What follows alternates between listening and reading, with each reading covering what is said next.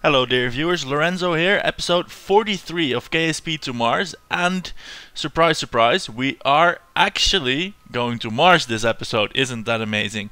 We have the Mars Lab 1 here that was launched last episode, and that will be the first to arrive. It's a few days out, we're just on the edge of its sphere of influence. We just entered that like a few seconds ago, and here we have the care package, which is taking a slightly more circuitous route. The orbit was just a little bit different from the Mars Lab 1. They were launched at the same time, and this is going to arrive in about 26 days. We'll worry about that then. First though, we have a little bit of a problem here with the lab. Remember, this drive section is stuck in rather awkwardly at the mid section of the lab, because the decoupler on this side failed and floated off into space because someone attached that upside down. Now, so far I've been managing with very low throttle settings and a reaction wheel installed here to keep things more or less pointed the right way. This is going to be an issue getting into Martian orbit. What I wanted to do initially was to pass fairly high. That would give me a lot of time to brake. The problem is I don't have the delta V to do so. If I quickly add a maneuver node here for a capture burn, we see that such a maneuver node would be 2.8 kilometers per second. Our vessel has 1.7 left. That's not enough. We can do a different sort of maneuver. If we burn normal from here, let me get that trajectory. If we burn normal from here, lower our periapsis to the planet, or not really lower, but shift it like this, then the burn turns out to be about a kilometer per second. Well, it's this 150 meters per second, and then near the planet it's about a kilometer per second. You'll have to take my word for it for now. And that's something we can do. However, that requires that we do a fairly high thrust burn close to the planet, lest we spin out of control and, well, just not brake in time. This is something we can't do, and I would like some more delta V. So I've come to the, well, rather sad conclusion that even after bringing it all this way, we are going to have to ditch the telescope, the infrared telescope here. Oh, the coolant is depleted anyway, so it is useless to us. Well, that's good to know. And unfortunately, that also means that the nuclear power generator is going to be ditched. Fortunately, we did bring backup solar generators, solar panels, of course. So we will extend those and then reconfigure our station so that it may get into orbit. This means that it will not be able to do a lot of science, if any, before we can bring a nuclear reactor from Earth. So a little bit of a setback, but we are still getting people near Mars, which is good. And of course, shedding the mass of this assembly will mean getting more delta V. So let's go ahead and ditch that. Rotate our craft away a little bit, and just for good measure give it a little bit of thrust so that we can be away from the telescope. This is now defunct. This can, I don't know, melt down for all I care. So next thing on the list is of course to detach this and attach it there. This has remote control. Let me just check if its batteries are full. This is important. Well, all the batteries are full, so that's automatically good. The RCS propellant is long gone, so we don't have that. So I'm going to undock that, switch to the craft with the people in it, and well, this has no fuel whatsoever, so we're just going to rotate it and hope that we can make that. Well, if we can just immediately dock that way, that would be nice, but I think that would be... Oh, look, we do have like 0.1 meter per second of movement from the docking port. So maybe if I time the rotation just like this, it will in fact work out. If it does not work out, of course, I'll switch to the other module and apply a little bit of thrust. But it would be amazing if I could reconfigure the ship without ever expending a drop of fuel. Alas, it's not going to happen. I'm going to lock this orientation with the SAS, switch to the nuclear stage, control that from here just to make sure, set this one as a target and rotate right back to it, and a little bit of thrust should ease us in to that point. So here we are approaching the docking port now, and go on. That's some violent docking maneuver, but the craft are now safely docked in a altogether more sane orientation for traveling.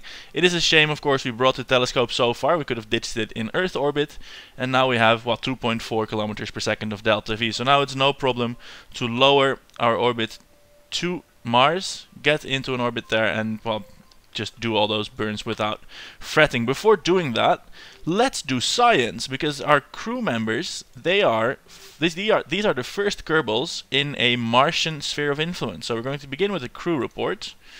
And in space, while high over Duna, the planet is very red, appears to have deep brown furrows across the surface. There does appear to be some kind of ice at both poles. Good, well, transmit that home for 100% science result, which is always good to have. And we are going to choose one of these Kerbals to pop outside and get an EVA report. It's going to be Eldon. Hello Eldon, how is space feeling today outside of Mars? 56 points for the EVA report. Keep that, get back inside, and go ahead, transmit that home as well. With that transmitting, I'm going to set up the maneuver nodes, and I will come back to you when we are, well, close to Mars doing our capture burn, probably. So, see you in a little while. And indeed, here we are performing our capture burn near Mars. Now, there could be a small problem. What I did, I eyeballed the orbital direction of Bob and Gilly here, which represent Phobos and Deimos, Mars' two small moons. And at least for Bob, I got it completely wrong. We are entering orbit here counterclockwise, and he is orbiting equatorial clockwise. So, no, I just got that wrong as well. We're going to enter orbit clockwise, looking from the top down here, and this little guy is orbiting counterclockwise. Now, I thought Gilly was over here when I was far out, so then that would have been matched up, but I'm not sure anymore. We sure as hell don't have the delta V to turn around. Fortunately, visiting either of these was not really in the mission plan of the lab. This is just supposed to go in orbit around Mars and do science there. So not all is lost, actually very little is lost. It only complicates matters a little bit when in the future we want to rendezvous with this and combine that with a visit to one of these moons, because obviously one of those objectives will then be moving in completely the wrong direction.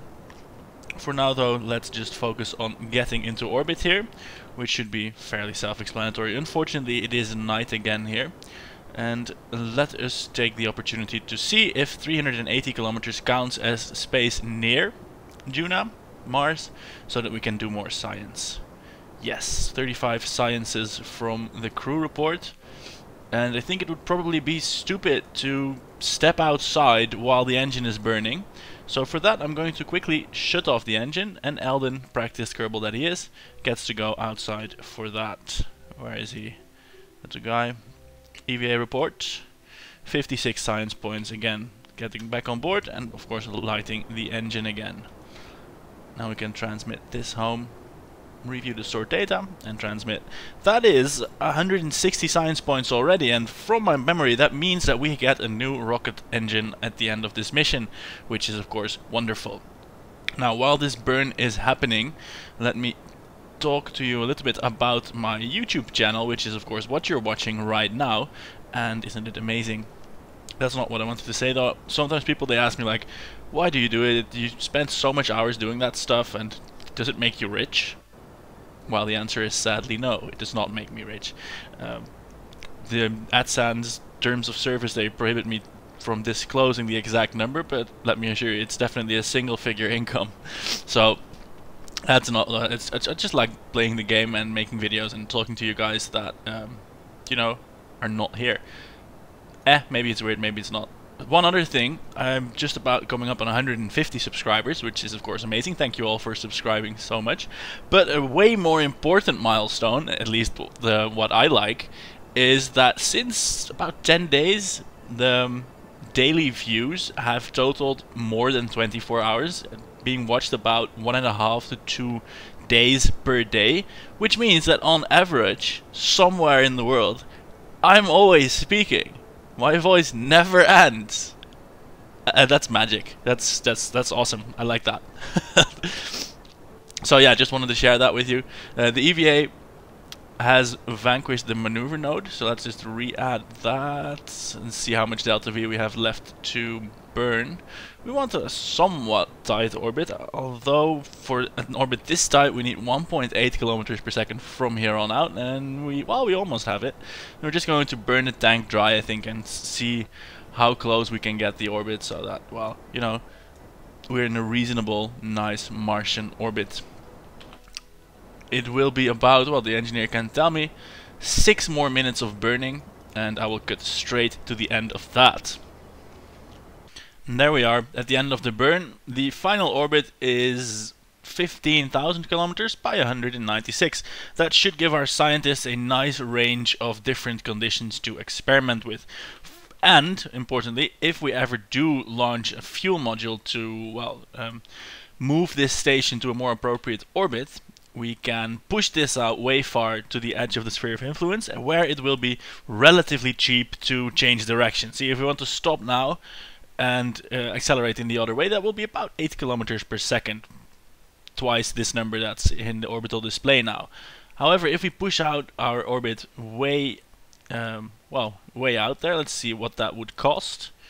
That would cost 300 meters per second, and then here, a simple orbit reversal maneuver costs about 65. Wait, we can still do that? No, we can't still do that. And now our orbit, well, we could have done that. That was silly. Oh well.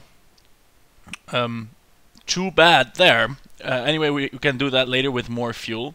That's a lot cheaper than I was expecting. So actually changing direction in this orbit is not at all that expensive. So we can do that with well, let's call it a kilometer per second of delta V, and we can modify this direction and fix that. For now though, if we move forward to the care package, we have two options. We can either dump it in the same orbit as this one, going the wrong direction relative to the moons, which means that the excursion vehicle could meet up with the astronauts here.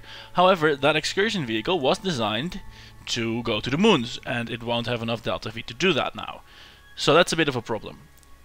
Our option 2 is to drop the care package in a proper orbit, just going retrograde as relative to the Mars Lab 1. That means that our astronauts will not have any benefits of the care package whatsoever.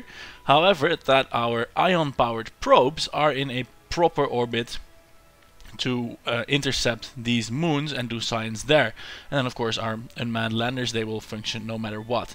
I'm inclined to go for option 2, so let's switch to that care package, and that does mean unfortunately that our scientists here will have to wait a few years until a nuclear reactor to power their experiments arrives, and possibly more fuel to make them be useful. But they can rest assured that they are the first Kerbals ever to visit Mars.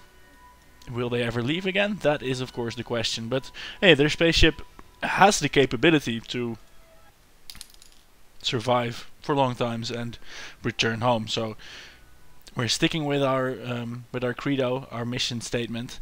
They have a fighting chance. So let's revisit the care package here in space. This is still a few days out from encountering Mars, and I'm holding down the plus key to zoom in on this in a nice cinematic fashion. But the camera has started very, very far away this time. Look, there we have it. Yeah, I'm doing sound effects. This is a awesome care package, bristling with science and technology. Here 2 atmospheric landers and 2 ion-powered moon probes. Let us see what we have set up for an encounter. We are looking at a periapsis of 2,700 meters, 27,000 meters, 2,700 kilometers, which is a very low number, so that's good. Our mid-course correction.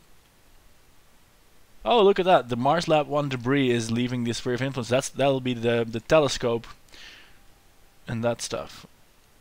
And wait, according to the Kerbal alarm clock, The drive section of the Mars lab has come detached and is now on its way to leave the sphere of influence. I don't think that's going to happen. We reattach that one. Yeah, we don't care about that anyway, so we can close the alarm, delete that, and we don't care about this one either. All we care about is the care package. So let's fast forward that to the Martian sphere of influence. It's still a little bit out, like 10 days. And yeah, let's let the alarm clock handle that. And then of course it's a matter of fine-tuning the orbit so that we, well, in fact, enter it. And we have an exciting maneuver planned for this care package. See, this heat shield in the front is not there just for aesthetic purposes. We are going to try a aerobraking or aero capture maneuver. We'll be coming in very fast from interplanetary speeds, and I'm going to play it somewhat safe and aim for a periapsis of about 40 kilometers, 35, 40, somewhere between that level. Our worst case scenario here is that of course that we immediately enter and don't go out into space again. In case that happens, our ion probes will be useless, and we can maybe salvage one of the atmospheric probes. We don't want that to happen, so let's fix the orbit here so that we may enter somewhat equatorially. Yeah, these maneuver nodes are a little bit weird.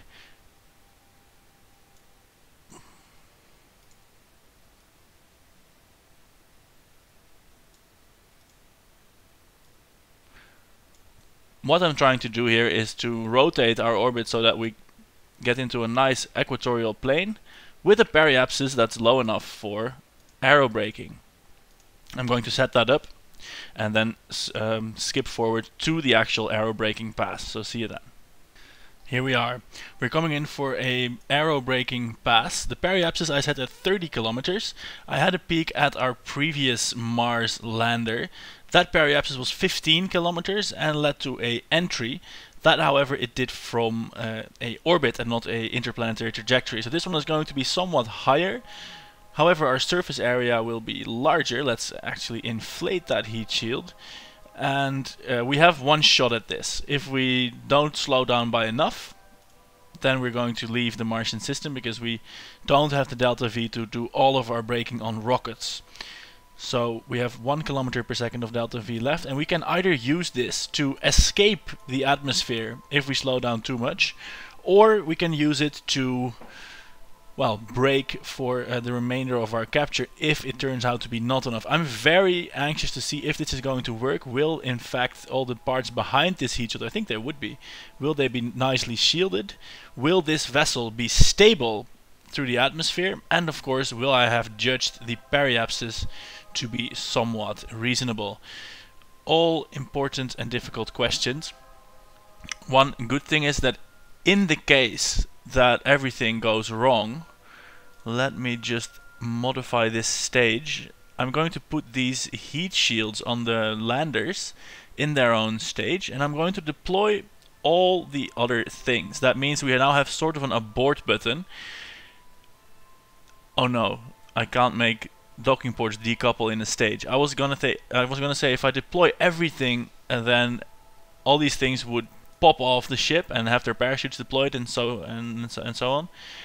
And then I can deploy all the parachutes with one stroke of this button and jettison this heat shield. This never needs to happen, I don't think. And then I just need to manually decouple them from the nodes, and then they can still be landers if it were to go wrong somehow. So that's the plan. Hopefully it's not going to be necessary. Hopefully we will see a nice shrinking of the... Ooh, are we going to intersect the planet? That would not be nice.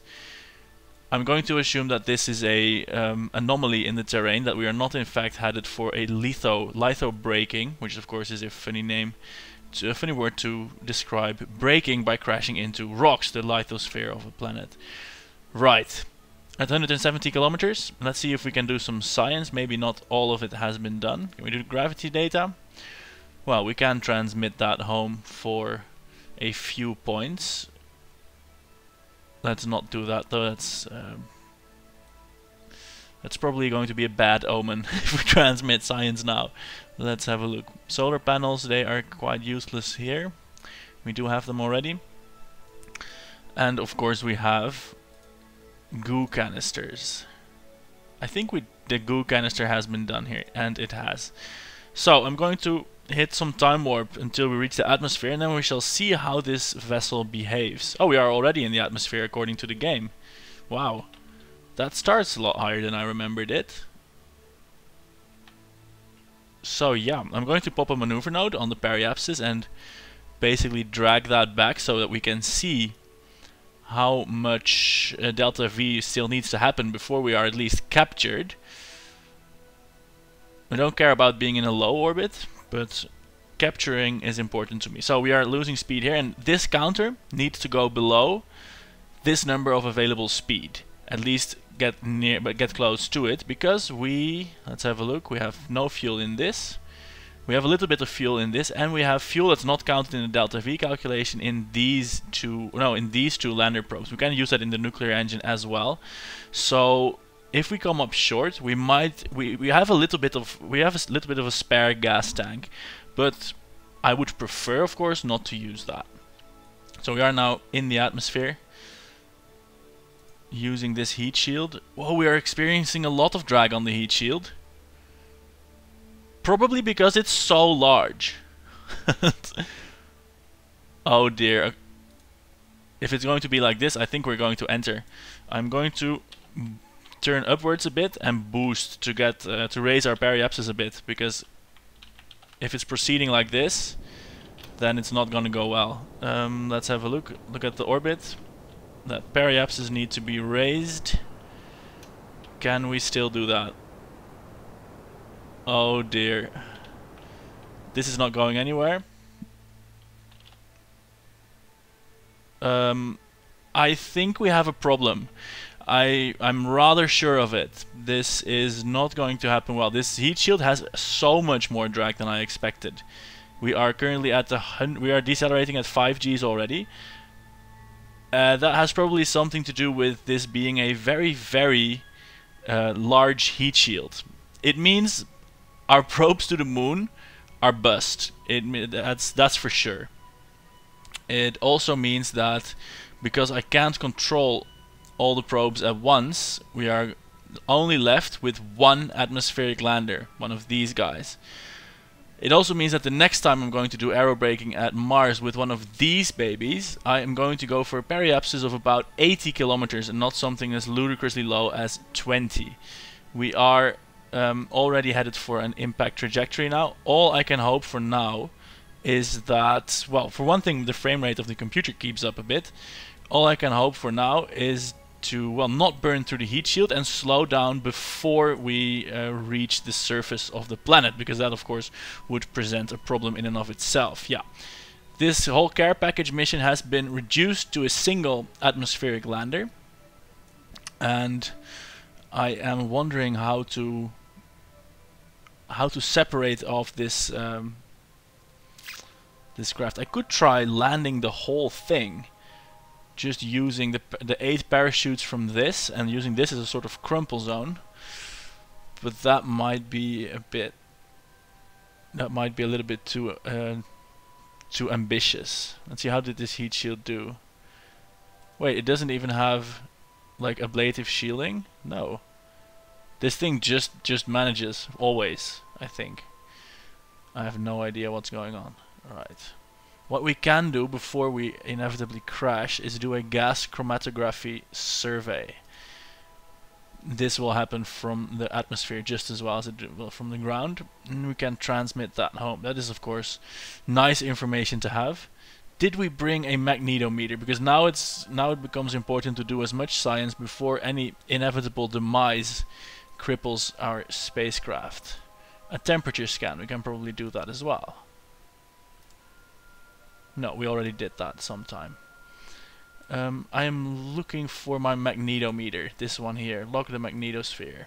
Oh, that is one for space. Well, too bad we're not in space anymore, and we're not going to be there for the foreseeable future either.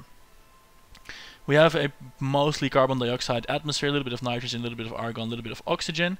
I think that's realistic. Thank you for that data.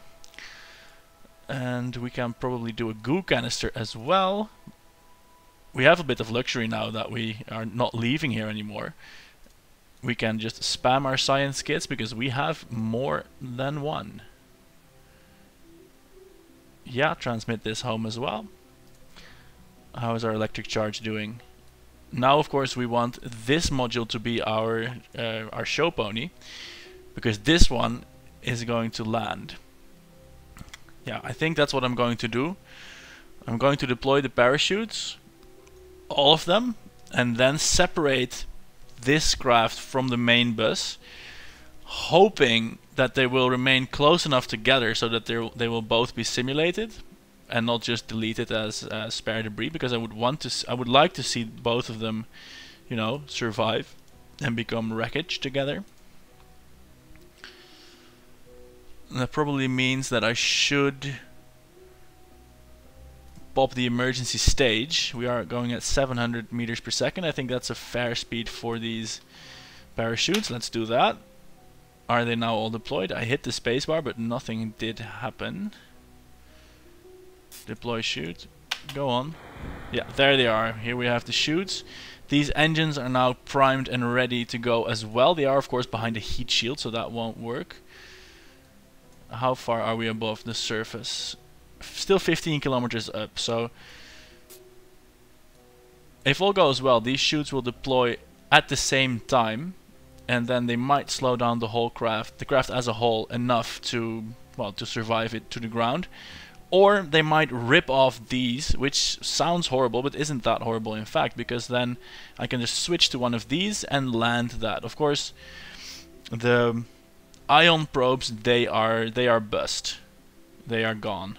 I'm going to extend their landing legs just so they have something to do. But they are, well, they are dead. There's nothing they can do. They don't have the thrust to weight ratio here to get off the surface. They wouldn't even be able to hop. They can do nothing. Oh! No, I hit the decouple one on, I think, one of the ion probes. So now I'm going to ditch this one as well. Oh no, it's the heat shield here that went decoupled. Oh, everything is going pear-shaped already. Decouple this one as well then. Just go. Just go! Right. We are 3 kilometers above the surface. That means it is time to decouple this also and then switch to it. Here we go. This needs to turn around and fire its engine. Whoa! No! Oh no! It looked to be going well, but then it got smashed out of the sky by the rest of the debris. So what do we have here? Is this something we can do? No, this is just the SAS units that are landing. Oh dear. This is not going well, this Mars mission. We have a debris field. Look at that. See if I can zoom out anymore. No, that was an aerobraking pass, definitely gone wrong. We do have results. The heat shield works wonderfully. That it does. It's large and it survives re-entry and everything, so that's good. Something else that I think happened is that the probes came apart as well when the 4 parachutes all deployed, so that's not good. We need to use some rockets. Although I don't know why the rocket wouldn't fire. It had been activated in the staging bar, but then it wouldn't fire. Well, look at that. Here we have a heat shield that never was used. I think all the cores, all the experiments, everything got destroyed.